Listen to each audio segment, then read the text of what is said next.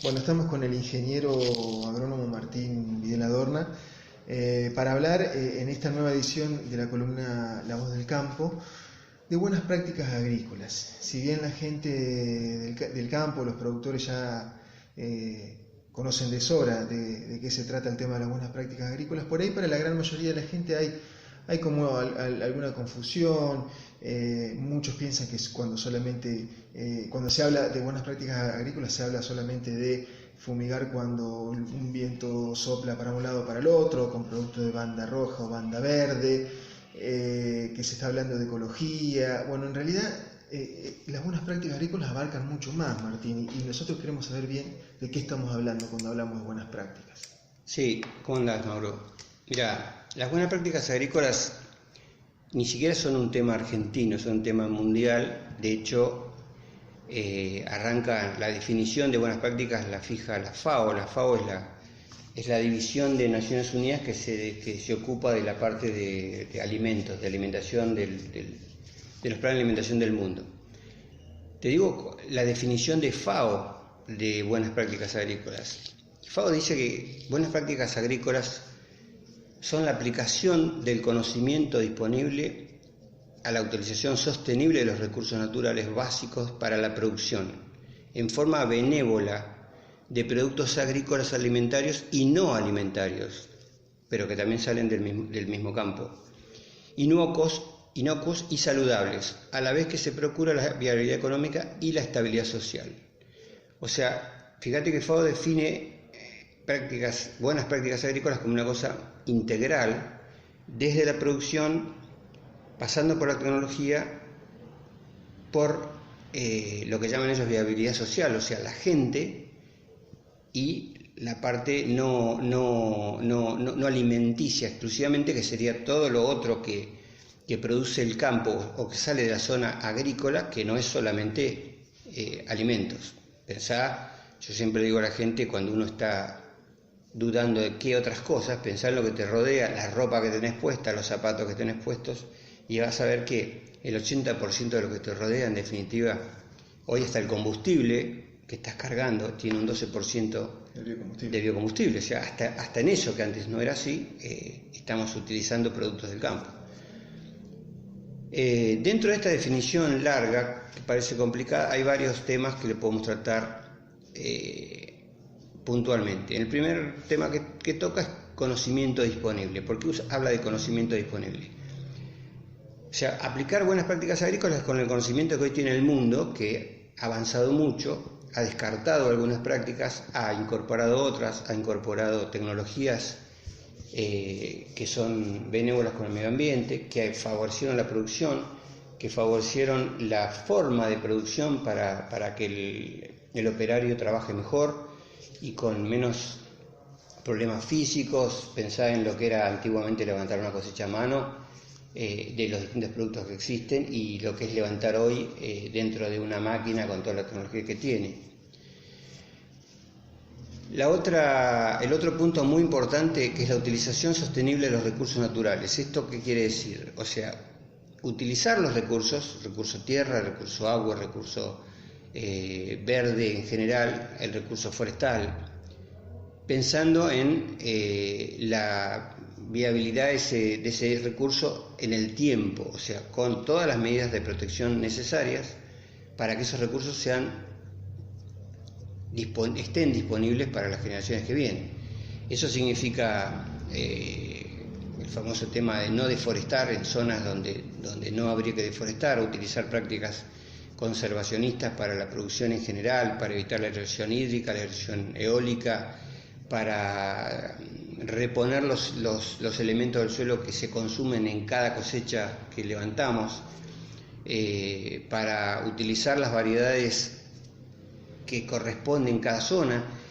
Ahora hay una vuelta a algunos productos naturales en zonas en donde se habían dejado de utilizar, por ejemplo, maíces antiquísimos que se están produciendo de nuevo en el norte, que usaban los incas y que se han dado cuenta que por algo los usaban.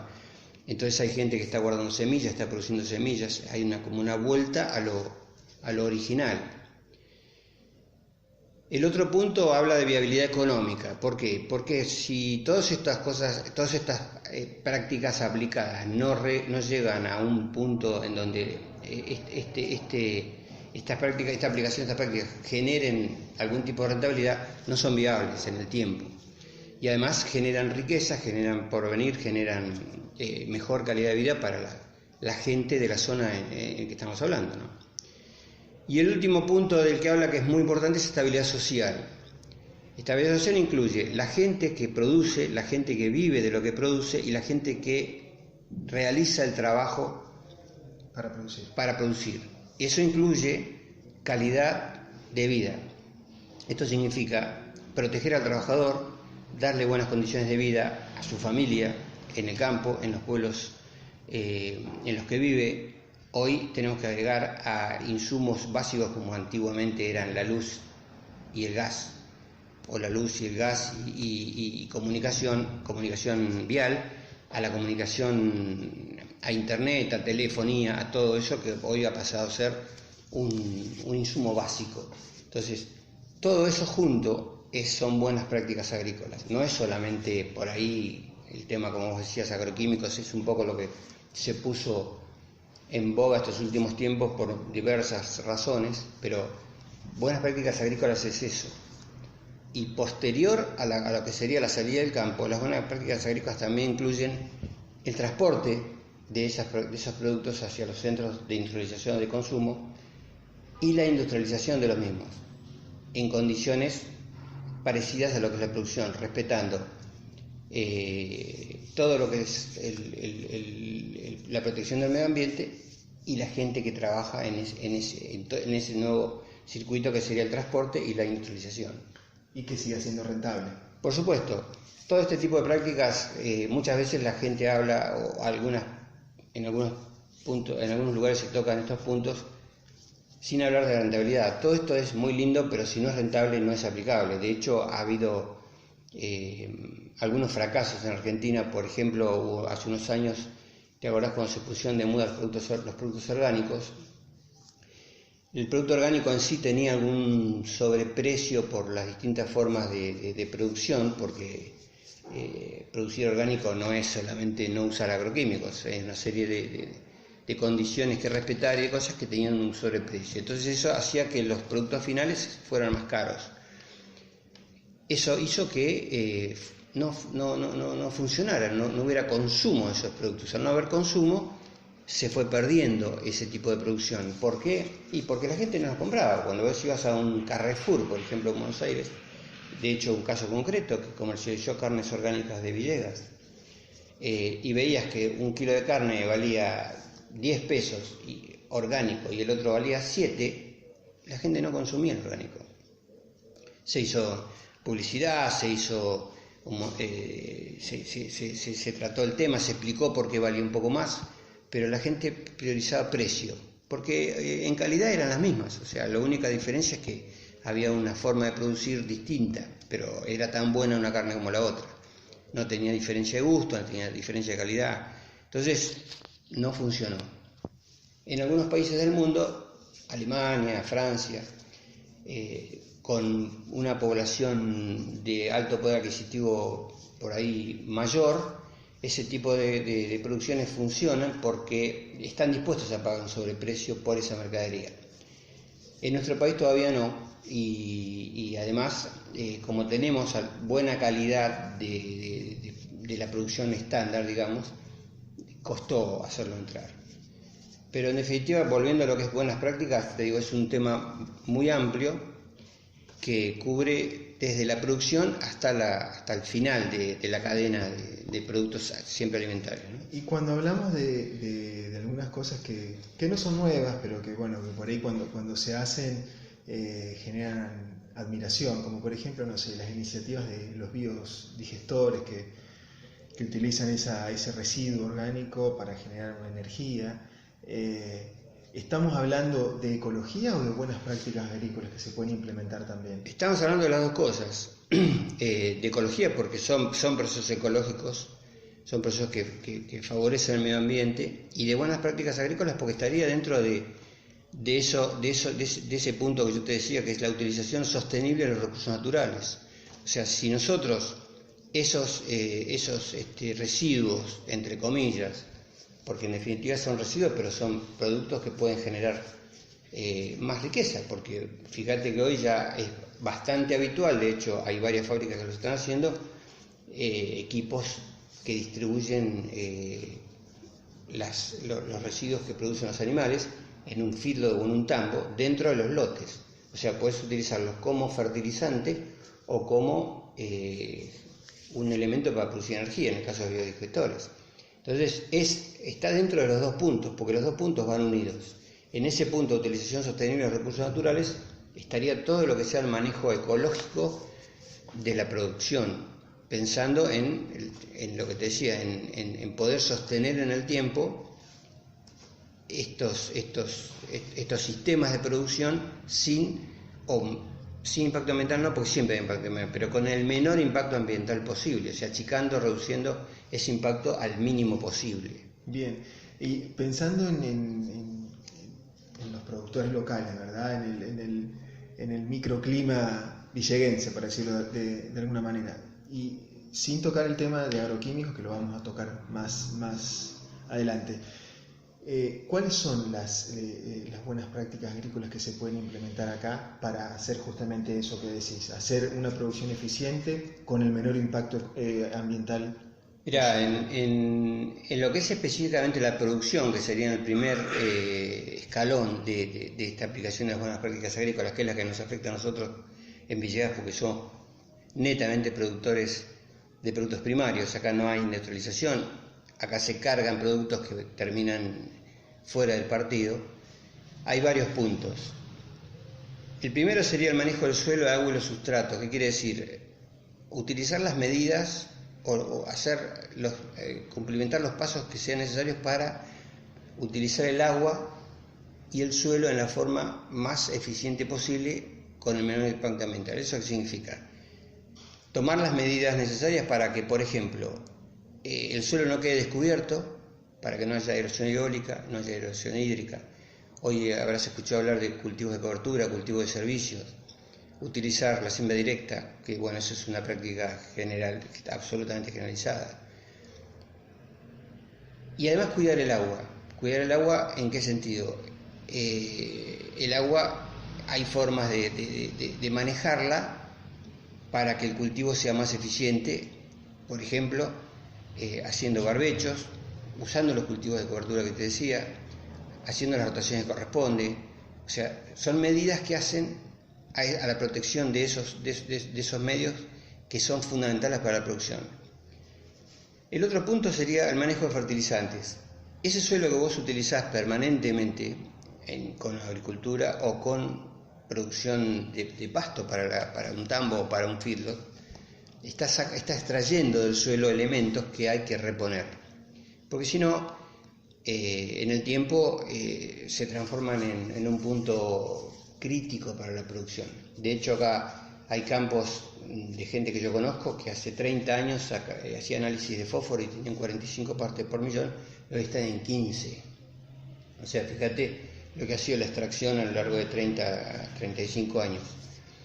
Si no entramos en una política de reposición de ese fósforo bastante intensiva, dentro de no muchos años vamos a estar debajo de los 6-7 partes por millón, que ya es crítico para la producción. Entonces vamos a tener que de golpe pasar a un proceso de fertilización tan violento, tan importante, que va a ser inviable la producción, por lo que decíamos hoy, por falta de viabilidad económica, porque el fertilizante siempre fue y va a seguir siendo un insumo caro.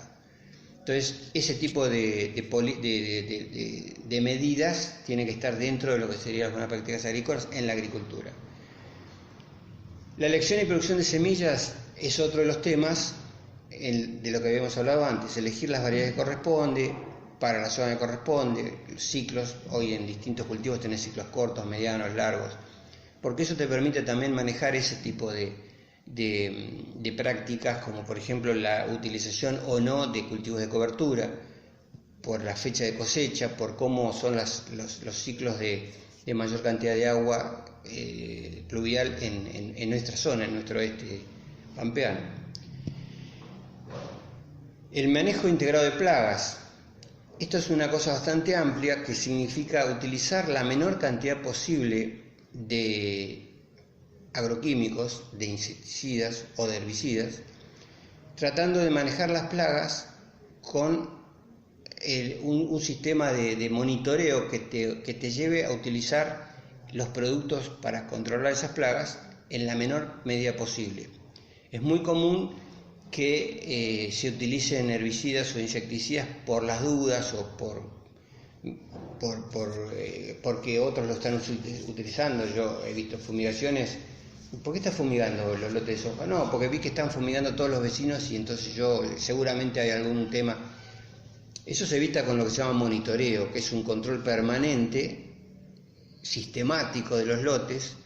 En el INTA, en el CREA, en ese tipo de instituciones tienen muchos años de estudio de lo que se llaman umbrales. ¿Qué quiere decir? Te dicen, bueno, hasta tantos insectos de esta variedad por metro no tiene sentido fumigar, no tiene sentido pulverizar un lote. ¿Por qué? Porque el daño que produce no es económicamente importante. Entonces, evitás una pulverización, evitás un gasto, evitás la utilización de un químico y evitás terminar con lo que sería la parte benéfica de los insectos, porque tenés insectos benéficos que te ayudan a controlar a otros insectos, y lo mismo pasa con hongos y bacterias que viven de otros hongos. O sea, vos cuando fumigás, cuando utilizás algún tipo de producto químico, en general terminás con todo, porque hay muy pocos productos que están dirigidos a una determinada especie. El otro punto es el manejo, la utilización de maquinarias y equipos acordes a las prácticas conservacionistas. Hace no muchos años, en gran parte de la pampa productiva argentina, se utilizaba herramientas que daban vuelta al suelo en forma total, y eso lograba que en el término de mucho tiempo tuvieras efectos nocivos como consecuencia de erosión hídrica y eólica, las dos cosas. Los suelos se volaban, los suelos se movían con exceso con el agua, o se planchaban los suelos con una lluvia intensa. Ese tipo de medidas, de razones por las cuales el suelo se degrada, se fue corrigiendo. Una de las formas fue con la utilización de las máquinas que corresponden. Dentro de esto, de esta parte de maquinaria, está lo que sería el control, la buena utilización de las máquinas por parte de los operarios. Ya te diría hoy es una práctica generalizada, porque es muy difícil si un operario que sirve una máquina que no tenga las condiciones correspondientes. Cabinas cerradas, fumigadoras con cabinas con filtros de carbono para evitar que respire los productos que está pulverizando, máquinas en general cosechadoras con control del aire que respira el operario dentro de la cabina para no respirar polvillo, aire acondicionado, un montón de condiciones que hoy te diría que están dentro de la definición de lo que son buenas prácticas agrícolas, pero hoy ya casi no conseguís a alguien que se sube una máquina que no tenga esas condiciones, por lo menos en nuestra zona. El manejo de los productos de cosecha y post cosecha, esto significa la buena distribución. Viste que cuando cosechás queda en el campo una parte muy importante de la cosecha, que son lo que se llaman los rastrojos, lo que queda de la caña del maíz, lo que queda de un trigo, de una cebada. La buena distribución de esos residuos en el lote hacen que eso lo hace la máquina, si tiene un buen sistema de distribución, que después, cuando esos productos se degradan en forma uniforme a lo largo de todo el lote. Y el tema de transportes se refiere también a la parte del cuidado de los caminos rurales, porque también dentro de lo que serían los caminos, por diversas razones, se produce erosión, se produce barreras que, por ejemplo, atajan el agua y puede significar que ese agua corra para el lado equivocado. O sea, es toda una cosa integral. las buenas prácticas agrícolas. No es un tema específico de aplicación dentro del lote de producción solamente. Bien. Y bueno, pero yendo puntualmente a ese tema específico, ahora sí, arrancamos de los macros, vamos hacia lo micro. ¿Podemos hablar de agroquímicos, del uso de químicos y al mismo tiempo de buenas prácticas agrícolas? Sí. Porque digamos, hay mucha gente que dice, bueno, pero están usando un veneno, esto no puede ser una buena práctica agrícola. Sí, las buenas prácticas agrícolas no restringen la utilización de ningún insumo en especial. Lo que trata las buenas prácticas agrícolas es de reducirlos al mínimo posible. Esto incluye también a otro punto que es muy importante, que es no solamente la utilización de agroquímicos, sino el manejo de los residuos posteriores, porque cuando vos producís en el campo o en la industria o algo, generás residuos. Hay residuos químicos que tenés que tratarlos de una determinada manera y hay residuos orgánicos que son más fáciles de manejar, en el caso de los rastrojos o de las heces, en el caso de los tambos y los filos, que tienen su impacto ambiental, pero como son orgánicos es más fácil la eliminación, porque en definitiva es volverlos a lo que eran. En el caso de los agroquímicos, lo que sí hay es la utilización de determinadas drogas en los momentos que corresponde y en las condiciones que corresponde. Entonces, de hecho, viste que están saliendo reglamentaciones y ordenanzas municipales, porque hay en nuestra provincia hay como un agujero negro en la falta de una ley provincial actualizada. Entonces, los municipios se han ido moviendo para reglamentar esa utilización de agroquímicos que estos últimos años, con el crecimiento de la agricultura, se hicieron más intensivos. Y se desordenó un poco el tema, realmente. Entonces, los municipios salieron a cubrir ese agujero que no cubre la ley provincial, que existe pero que es vieja. La ley es del año 80 y pico y del 80 y pico ahora cambió el mundo y cambió la agricultura y cambió la utilización de insumos como los agroquímicos. Entonces, ese tipo de manejo tiene que estar manejado por profesionales con los productos habilitados y corresponde. El ente que en nuestro país habilita o no un producto y dice qué dosis y cuándo es SENASA. Y respetar las prohibiciones. Por ejemplo, hay productos que están prohibidos en determinada época del año. El 2,4-D no se puede utilizar en la provincia de Buenos Aires desde el 1 de octubre al 30 de marzo. Está prohibido. Entonces, ese tipo de normas, respetarlos como corresponde. Hay otros lugares como La Pampa que están prohibidos en periodos más largos. Utilizar los productos según las condiciones ambientales que corresponde, porque vos sabés que un producto utilizado en la forma que corresponde, un herbicida, por ejemplo, cae en el lugar que vos estás intentando que caiga, arriba de un determinado lote. Si hay viento o hace excesivo calor o hay corrientes convectivas, que son corrientes de aire que suben los productos para arriba y después lo bajan a 1000 metros, estás haciendo un trabajo mal hecho. Todo eso está dentro de lo que sería buenas prácticas agrícolas. La utilización la reutilización de los residuos no orgánicos, el más común dentro de lo que sea nuestra agricultura actual son los bolsones, ¿viste? El plástico de lo que se llaman bolsones, que son las bolsas de plástico para guardar el cereal después de la cosecha, o los bidones.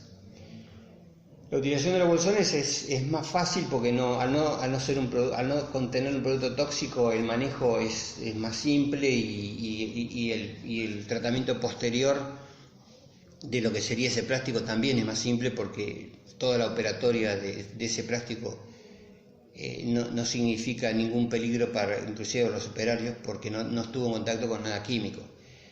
Es más complicado el tema de los bidones, por eso ha salido hace no mucho tiempo una ley nacional, que es la Ley Nacional de Envases, con una reglamentación que nos incluye a nosotros como provincia de Buenos Aires y a Villegas como partido, en donde se marcan las pautas de cómo manejar los envases de agroquímicos en general una vez que fueron utilizados. Ese manejo de esos envases consiste en el famoso triple lavado, o el lavado dentro de lo que hoy se estila tener en las máquinas, que son un tanque de lavado que está al costado de la máquina, en donde se vierte el producto cuando la máquina se carga, pero además después se lava el bidón en el momento de la descarga. Y el guardado de ese bidón temporariamente dentro del campo en determinadas condiciones, y el traslado a determinados lugares que se han denominado llamar CAT, que son centros de acopio transitorio, que se están desarrollando en la provincia de Buenos Aires, en muchos municipios. Debe haber hoy más de 50 CAT en la provincia de Buenos Aires, que son lugares habilitados por la OPDS, que es la oficina de la provincia que se ocupa de ese tema, del tema ambiental, y que tienen que estar hechos en determinados lugares con determinadas condiciones, y son a los lugares donde los productores tienen que llevar los bidones, perforados y con triple lavado. Esos bidones de ahí van a ser retirados por empresas que se dedican al molido, a la reutilización de ese plástico en general, para hacer productos con plásticos que, por ejemplo, mangos de herramientas, nuevos bidones, envases para aceites, para productos que no sean comestibles o de utilización humana diaria. Eso está dentro todo de lo que sería la ley de envases, que eso está clarito. En el tema envases específicamente está todo reglamentado, y ahí no te puedes salir de lo que es la ley de envases. Villegas hoy está en un proceso de tener su primer CAT dentro de lo que sería la ciudad de Villegas. La idea es, en un plazo no muy largo, tratar de tener por lo menos 2 más, uno al norte y otro al sur del partido, para que los productores no tengan que hacer un traslado muy complicado de los envases. O sea que la anomia en realidad está en lo que es aplicación. En lo que es el tema de los bidones, la ley es clarita, como decís vos. Pero en el tema de la aplicación hay un distrito que dice una cosa, otro distrito que dice otra. Ahí está la falta de la ley provincial. Entonces, de hecho, fíjate que hay un caso muy especial, que es las restricciones de las zonas periurbanas, periurbana es la zona que rodea a las poblaciones, a las escuelas, a lugares donde hay gente, y que de alguna forma los municipios han ido produciendo ordenanzas para proteger a esa población. Y tenemos una variedad de ordenanzas que es llamativa, porque tenemos ordenanzas que protegen hasta 1000 metros, y otras que arrancan en 40, como nosotros. O sea, hay algo que no funciona, porque no puede ser qué criterio usó uno y qué criterio usó el otro para lograr una u otra ordenanza. Ahí lo que está faltando es una ley madre, que tendría que ser una ley provincial, que unifique ese tipo de criterios. De cualquier manera, lo bueno es que hay algo. Villegas hace 2 años no tenía ordenanza. Entonces, en la zona periurbana, hasta el último alambrado al lado del pueblo, podías usar el producto que quisieras y fumigar o pulverizar dentro de las normas que cada uno quisiera utilizar. Hoy tenés una lista de productos prohibidos en lo que es la zona. Hay una primera zona de 40 metros de utilización nula, o sea, no se puede utilizar agroquímico en ninguna clase, y de ahí en más hay una zona que se llama buffer o de amortiguamiento, en la que se pueden utilizar productos de banda verde y azul, y no se pueden utilizar una serie de productos que directamente están restringidos. Y dentro de esa franja hay que hacerlo con el control de un ingeniero agrónomo, que tiene que estar presente en la pulverización, que es un fiscalizador, con aviso al municipio y con determinadas condiciones ambientales en el momento de la aplicación, ya prefijadas en lo que se llama receta agronómica, que es la receta que hace el ingeniero de ese determinado trabajo. Eso ha sido un avance, y eso ha hecho que los problemas en las zonas periurbanas hayan disminuido muy fuerte. Todavía queda seguir trabajando con el resto, que se siga logrando fiscalizar el control de las buenas prácticas agrícolas con respecto a los agroquímicos en el resto de los lotes, o sea, más allá de la zona periurbana. Pese a que Villegas es uno de los partidos más grandes de la provincia, el más grande en superficie agrícola, y es un tema complicado porque son muchas hectáreas, muchos kilómetros, y no es fácil controlar todo eso. Por eso este tipo de medidas tienen que ser una forma habitual de trabajo de los productores, contratistas y profesionales del agro. Última pregunta, breve ya para terminar. No muy lejos de acá, creo que en Lincoln mismo hay campos donde se trabaja, digamos, la producción es agroecológica. ¿Qué opinión te merece a vos el tema de la agroecología? ¿Se puede hacer de manera rentable? ¿Hacia ahí va la producción en el futuro o no? ¿O es otro el camino? No, hacia ahí va la producción. La agroecología y las buenas prácticas agrícolas van de la mano. En la agroecología también se produce un fenómeno de confusión en general de la gente que no está en el tema. Volvemos a hablar de tema orgánico y tema, está todo muy metido dentro de una gran bolsa, pero está todo el mundo creo orientado hacia allí. La agroecología en definitiva es la aplicación de medidas lo menos violentas para el medio ambiente posible, ecológicas si quieres llamarle, en el agro. Han querido mezclar esos dos temas en la palabra agroecología. Creo que es hacia donde tenemos que ir. Hay que replantearse la agricultura moderna para ir hacia ese camino, para lograr productos más sanos, para seguir logrando los rindes de hoy, porque el mundo sigue dependiendo de la alimentación, la población sigue aumentando y el consumo de alimentos en general no va a disminuir, y tenemos que lograr disminuir al mínimo posible el impacto ambiental en nuestro sistema de producción.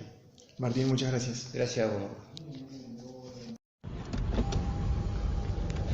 Bueno, el viernes se presentó en Guaminí un programa de buenas prácticas agrícolas por parte de la provincia de Buenos Aires.